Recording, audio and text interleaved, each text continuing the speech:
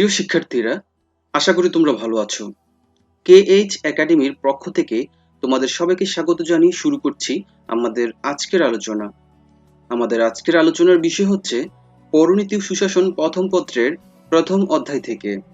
শুরুতেই আমরা পৌরনীতির ধারণার বিষয়ক্রম অনুযায়ী প্রশ্ন ও উত্তর সম্পর্কে জানব। তো চলো শুরু করি।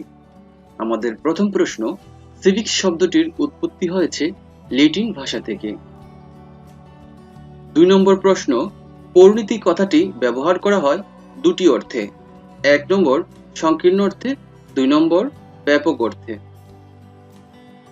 ৩ নম্বর প্রশ্ন, পৌরনীতি শব্দটি সংস্কৃত ভাষার। সংস্কৃত ভাষা থেকেই পৌরনীতি শব্দটির উৎপত্তি লাভ ঘটেছে। ৪ নম্বর প্রশ্ন, প্রাচীন গ্রিসে নাগরিক বলা হতো রাজনৈতিক অধিকার ভোগকারীকে। অর্থাৎ প্রাচীন গ্রিসে যারা রাজনৈতিক অধিকার ভোগ করত তাদেরকেই নাগরিক বলা হতো। ৫ নম্বর প্রশ্ন, পৌরনীতিকে এডুকেশন ফর সিটিজেনশিপ বলেছেন রবার্ট হাটচিন্স। ৬ নম্বর প্রশ্ন, পৌরনীতির ইংরেজি প্রতিশব্দ সিভিক্স। ৭ নম্বর প্রশ্ন, পৌরনীতি হলো নাগরিকতা বিষয়ক সামাজিক বিজ্ঞান। তাই বলা যায় যে পৌরনীতি সামাজিক বিজ্ঞানের একটি অংশ। ৮ নম্বর প্রশ্ন, পৌর শব্দটি এসেছে সংস্কৃত পুর শব্দ হতে। ৯ নম্বর প্রশ্ন, প্রথম জাতীয় রাষ্ট্রের ধারণা ব্যক্ত করেন মেকিয়াভেলি। মেকিয়াভেলি হচ্ছেন একজন ইতালিয়ান রাষ্ট্রচিন্তাবিদ, যার পুরো নাম নিকোলো মেকিয়াভেলি। ১০ নম্বর প্রশ্ন, প্রাচীনকালে ছোট ছোট অঞ্চল নিয়ে গড়ে ওঠে নগররাষ্ট্র। ১১ নম্বর প্রশ্ন, নাগরিকের অধিকার ও কর্তব্য সংক্রান্ত বিদ্যাকে বলা হয় পৌরনীতি।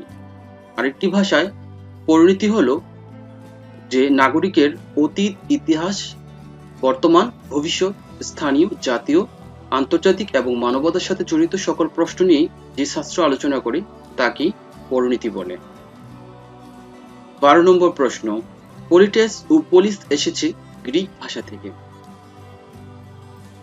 ১৩ নম্বর প্রশ্ন, দ্য ফিলোসফি অফ সিটিজেনশিপ গ্রন্থের রচয়িতা ইএম হোয়াইট। ইএম হোয়াইট হচ্ছেন একজন রাষ্ট্রচিন্তাবিদ। ১৪ নম্বর প্রশ্ন, মানুষ প্রকৃতিগতভাবে সামাজিক ও রাজনৈতিক জীব বলেছেন এরিস্টটল। এরিস্টটল হলেন রাষ্ট্রবিজ্ঞানের জনক, এছাড়া তিনি পৌরনীতিরও জনক এবং তিনি একজন দার্শনিক। ১৫ নম্বর প্রশ্ন, পৌরনীতির ধারণার সূত্রপাত ঘটে প্রাচীন গ্রিসের নগর রাষ্ট্রের ধারণা থেকে। ১৬ নম্বর প্রশ্ন, পৌরনীতিকে জ্ঞানের মূল্যবান শাখা বলেছেন ইএম হোয়াইট। ১৭ নম্বর প্রশ্ন, সিভিক্স ও সিভিটাস শব্দের অর্থ যথাক্রমে নাগরিক ও নগররাষ্ট্র। সিভিক্স শব্দের অর্থ হচ্ছে নাগরিক এবং সিভিটাস শব্দের অর্থ হচ্ছে নগররাষ্ট্র। এবার আমরা বোর্ড পরীক্ষায় যে সকল প্রশ্ন এসেছে তার উত্তর সম্পর্কে, প্রশ্ন এবং উত্তর সম্পর্কে আমরা জানব। ১৮ নম্বর প্রশ্ন, সিভিক্স এবং সিভিটাস শব্দের অর্থ যথাক্রমে উত্তর নাগরিক ও নগররাষ্ট্র। ১৯ নম্বর প্রশ্ন, কোন ভাষায় নগরকে পুর বা পুরী বলা হয়? উত্তর সংস্কৃত ভাষায়। ২০ নম্বর প্রশ্ন, সিভিটাস শব্দের অর্থ কি? উত্তর নগর রাষ্ট্র। ২১ নম্বর প্রশ্ন, প্রাচীনকালে ছোট ছোট অঞ্চল নিয়ে কোনটি গড়ে উঠত? উত্তর নগর রাষ্ট্র। ২২ নম্বর প্রশ্ন, নাগরিকতার সাথে জড়িত সকল প্রশ্ন নিয়ে যে শাস্ত্র আলোচনা করে তাই পৌরনীতি। উক্তিটি কার? উত্তর ইএম হোয়াইট। ২৩ নম্বর প্রশ্ন, সিভিক্স কোন ভাষার শব্দ? উত্তর সিভিক্স ল্যাটিন ভাষার শব্দ। ২৪ নম্বর প্রশ্ন, পৌরনীতিকে জ্ঞানের মূল্যবান শাখা বলেছেন কে? উত্তর হবে ইএম হোয়াইট। ২৫ নম্বর প্রশ্ন, সিভিক্স শব্দের অর্থ কি?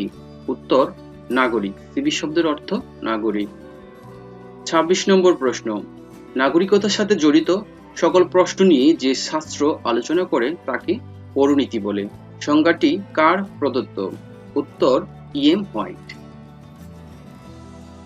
২৭ নম্বর প্রশ্ন, প্রাচীন গ্রিসে কি ধরনের রাষ্ট্র ব্যবস্থা বিদ্যমান ছিল? উত্তর নগর রাষ্ট্র। 28 নম্বর প্রশ্ন, কোনটি নগর রাষ্ট্রের উদাহরণ? উত্তর প্রাচীন গ্রিস। 29 নম্বর প্রশ্ন, পৌরনীতি মূলত কি বিষয়ক বিজ্ঞান? উত্তর নাগরিকতা। পৌরনীতি হলো নাগরিকতা বিষয়ক বিজ্ঞান। 30 নম্বর প্রশ্ন, জি.এ. অ্যালমন্ড ও সিডনি ভার্বার লিখিত গ্রন্থের নাম কি? উত্তর দ্য সিভিক্স কালচার। 31 নম্বর প্রশ্ন, প্রাচীন গ্রিসের নাগরিকরা কোন বিশেষ রাজনৈতিক অধিকারটি ভোগ করত? উত্তর সকলের শাসন কাজে অংশগ্রহণের অধিকার। অর্থাৎ প্রাচীন গ্রিসের নাগরিকরা যারা শাসন কাজে যারা অংশগ্রহণ করত সেই অধিকারটুকু ভোগ করত। 32 নম্বর প্রশ্ন, সদ্গুণী জ্ঞানী উক্তিটি কে করেছেন? উত্তর সক্রেটিস। 33 নম্বর প্রশ্ন, পৌরনীতির ইংরেজি প্রতিশব্দ কি? উত্তর সিভিক্স। পৌরনীতির ইংরেজি প্রতিশব্দ সিভিক্স। 34 নম্বর প্রশ্ন, পৌরনীতি ও সুশাসন কোন ধরনের বিজ্ঞান? উত্তর সামাজিক। পৌরনীতি সুশাসন সামাজিক বিজ্ঞান। 35 নম্বর প্রশ্ন, মানুষ প্রকৃতিগতভাবেই সামাজিক ও রাজনৈতিক জীব উক্তিটি কার? উত্তর এরিস্টটল। এরিস্টটল বলেছেন যে মানুষ প্রকৃতিগতভাবে সামাজিক ও রাজনৈতিক জীব, যে সমাজে বাস করে না সে হয় পশু না হয় দেবতা। 36 নম্বর প্রশ্ন, মানুষ স্বভাবতই সামাজিক ও রাজনৈতিক জীব এবং যে সমাজে বাস করে না সে হয় পশু না হয় দেবতা উক্তিটি কার? উত্তর এরিস্টটল। 37 নম্বর প্রশ্ন, পলিটেস ও পোলিস কোন ভাষা থেকে এসেছে? উত্তর গ্রিক। পলিটেস ও পোলিস গ্রিক ভাষা থেকে এসেছে। এবার আমরা বিভিন্ন গুরুত্বপূর্ণ কলেজের নির্বাচনী পরীক্ষায় যে সকল প্রশ্নগুলো এসেছে তার উত্তর সম্পর্কে জানব। 38, সিভিক্স ও সিভিটাস কোন ভাষার শব্দ? উত্তর ল্যাটিন। 39 নম্বর প্রশ্ন, প্রাচীনকালে কোথায় নগর রাষ্ট্র গড়ে উঠেছিল? উত্তর গ্রিস। প্রাচীনকালে গ্রিসে নগর রাষ্ট্র গড়ে উঠেছিল। 39 নম্বর প্রশ্ন, নাগরিকতা বিষয়ক বিজ্ঞান কোনটি? উত্তর পৌরনীতি ও সুশাসন। পৌরনীতি ও সুশাসন হলো নাগরিকতা বিষয়ক বিজ্ঞান। 40 নম্বর প্রশ্ন, পৌরনীতির ইংরেজি প্রতিশব্দটি বিশ্লেষণ করলে বোঝায় বিষয়টির উৎপত্তি হয়েছে? উত্তর হবে গ্রিসে। 41 নম্বর প্রশ্ন, পৌর শব্দের অর্থ কি? উত্তর নগর ও রাষ্ট্র। 42 নম্বর প্রশ্ন, কোন লেখকের সংজ্ঞায় মানব সংশ্লিষ্ট প্রতিষ্ঠান, অভ্যাস ও কার্যাবলীর পর্যালোচনাকে পৌরনীতি বলা হয়েছে? উত্তর এফ.আই. গ্লাউড। 43 নম্বর প্রশ্ন, পূর্ণাঙ্গ নাগরিক জীবনকে কেন্দ্র করে কি আবর্তিত হয়? উত্তর পৌরনীতি। 44 নম্বর প্রশ্ন, পৌরনীতি হচ্ছে প্রতিষ্ঠান, আচরণ ও চেতনার অধ্যয়ন শাস্ত্র। কার উক্তি? উত্তর জেমস গোল্ড। এবার আমরা কিছু গুরুত্বপূর্ণ প্রশ্ন এবং উত্তর সম্পর্কে জানবো যেগুলো তোমাদের পরীক্ষায় আসতে পারে। 45 নম্বর প্রশ্ন, পৌরনীতি কথাটি কয়টি অর্থে ব্যবহার করা হয়? উত্তর দুইটি। 46 নম্বর প্রশ্ন, পৌরনীতি শব্দটি কোন ভাষার শব্দ? উত্তর সংস্কৃত। পৌরনীতি শব্দটি সংস্কৃত ভাষার শব্দ। 47 নম্বর প্রশ্ন, প্রাচীন গ্রিসে কোন অধিকার ভোগকারীদের নাগরিক বলা হতো? উত্তর রাজনৈতিক। প্রাচীন গ্রিসে যারা রাজনৈতিক অধিকার ভোগ করত তাদেরকেই কেবল নাগরিক বলা হতো। 48 নম্বর প্রশ্ন, কোন মনীষী পৌরনীতিকে এডুকেশন ফর সিটিজেনশিপ বলে আখ্যায়িত করেছেন? উত্তর রবার্ট হাচিনিস। 49 নম্বর প্রশ্ন, আবিদ বাংলাদেশের নাগরিক হিসেবে নাগরিকের স্থানীয়, জাতীয় ও আন্তর্জাতিক রূপ সম্পর্কে জানতে চায়, তাকে কোন বিষয়ে অধ্যয়ন করতে হবে? উত্তর পৌরনীতি। অর্থাৎ আবিদ যদি পৌরনীতি বিষয়ে অধ্যয়ন করে তাহলে সে নাগরিকের যে স্থানীয় দিক রয়েছে, নাগরিকের যে জাতীয় দিক রয়েছে, নাগরিকের যে আন্তর্জাতিক দিক রয়েছে সে সম্পর্কে জ্ঞান লাভ করতে পারবে। 50 নম্বর প্রশ্ন, নাগরিকদের উত্তম এবং পূর্ণাঙ্গ জীবন প্রতিষ্ঠার জন্য কোনটির উদ্ভব হয়েছে? উত্তর অধিকার ও কর্তব্য। 51 নম্বর প্রশ্ন, প্রাচীন ভারতবর্ষে ও গ্রিসে শব্দগত বা মৌলগত অর্থে পৌরনীতির বলতে নাগরিকদের কোন বিষয়টিকে মনে করা হতো? উত্তর, অধিকার ও কর্তব্য। 52, পৌর শব্দটি সংস্কৃত কোন শব্দ হতে এসেছে? উত্তর, পুর। পৌর শব্দটি সংস্কৃত পুর শব্দ হতে এসেছে। 53, রফিক সাহেব এলাকার মসজিদের সভাপতি হিসেবে দায়িত্ব পালন করছেন। অন্যদিকে মেঘনাদ বাবু একই এলাকায় একটি মন্দির পরিচালনা করেন। উভয়ের পরিচালিত প্রতিষ্ঠানগুলো কি ধরনের প্রতিষ্ঠান? উত্তর, সামাজিক প্রতিষ্ঠান। 54 নম্বর প্রশ্ন, বৃহত্তর অর্থে পৌরনীতিকে কি বলা হয়? উত্তর, নাগরিকতার বিজ্ঞান। 55 নম্বর প্রশ্ন, কে প্রথম জাতীয় রাষ্ট্রের ধারণা ব্যক্ত করেন? উত্তর হবে মেকিয়াভেলি। মেকিয়াভেলি সর্বপ্রথম জাতিরাষ্ট্র বা জাতীয় রাষ্ট্রের ধারণা ব্যক্ত করেছিলেন। 56 নম্বর প্রশ্ন, পৌরনীতি সুশাসন পাঠের ফলে নাগরিকগণ কোন স্বার্থকে বেশি প্রাধান্য দেয়? উত্তর, সামাজিক বিজ্ঞান। 57 নম্বর প্রশ্ন, পাড়া মহল্লা, গ্রাম, ইউনিয়ন, উপজেলা, জেলা, বিভাগ কোনটির সাথে সাদৃশ্যপূর্ণ করা যায়? উত্তর, পরিবার থেকে রাষ্ট্র। 58 নম্বর প্রশ্ন, পৌরনীতি সুশাসন পাঠের মাধ্যমে অধিকার উপভোগের পাশাপাশি ব্যক্তি কোনটি সম্পর্কে সচেতন হয়? উত্তর, কর্তব্য। অর্থাৎ পৌরনীতি সুশাসন পাঠ করলে ব্যক্তি তার যে অধিকার রয়েছে সে অধিকার সম্পর্কে জানার পাশাপাশি সে অধিকার উপভোগের পাশাপাশি তার যে কর্তব্য রয়েছে, রাষ্ট্রের প্রতি তার যে দায়বদ্ধতা রয়েছে সেই সম্পর্কে সে সচেতন হয়। 59 নম্বর প্রশ্ন, নাগরিকের অধিকার ও কর্তব্য নিয়ে আলোচনা করে জ্ঞানের যে শাখা তার নাম পৌরনীতি। 60 নম্বর প্রশ্ন, উচ্চ মাধ্যমিকের ক্লাসে বাংলাদেশের সমুদ্র বিজয় সম্পর্কিত আলোচনা সাধারণত কোন বিষয়ে স্থান পাবে? উত্তর, পৌরনীতি ও সুশাসন। 61 নম্বর প্রশ্ন, সজীব রাষ্ট্র, সরকার, সংবিধান, নাগরিকতা ইত্যাদি বিষয়ে জ্ঞান অর্জনের জন্য আগ্রহ প্রকাশ করলে তার বোন রামিসা তাকে একটি বিষয় পড়তে বলল। রামিসা সজীবকে কোন বিষয় পড়তে বলল? উত্তর হবে পৌরনীতি ও সুশাসন। অর্থাৎ পৌরনীতি ও সুশাসন পাঠ করলে রাষ্ট্র, সরকার, সংবিধান, নাগরিকতা এই সম্পর্কে জ্ঞান অর্জন করা যায়।